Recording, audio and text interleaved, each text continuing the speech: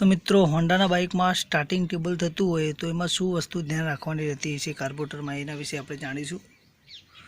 तो जे आ कार्बोरेटर छे एनो आ प्लॉट छे, एमां बे जेड आवे छे, स्लो जेड अने मेन जेड। आ जे डब्बी छे त्या नीचेथी आपणे बहार काढी लीधी छे अने बंने जेड अहींया आगळ आवशे, एक अहींया आगळ आवशे आ रीते अने एक बाजुमां आवशे। तो बंने जेड है एमां जे कहेवाना मतलब में सेंटर में जो होल आवे छे कम्प्लीट प्रॉपर रीते होवो जोईए जे कि आ हूँ थोड़ो प्रयास करी झूम करीने बताववा माटे। ओके ए रीते आ जे स्लो जेड है।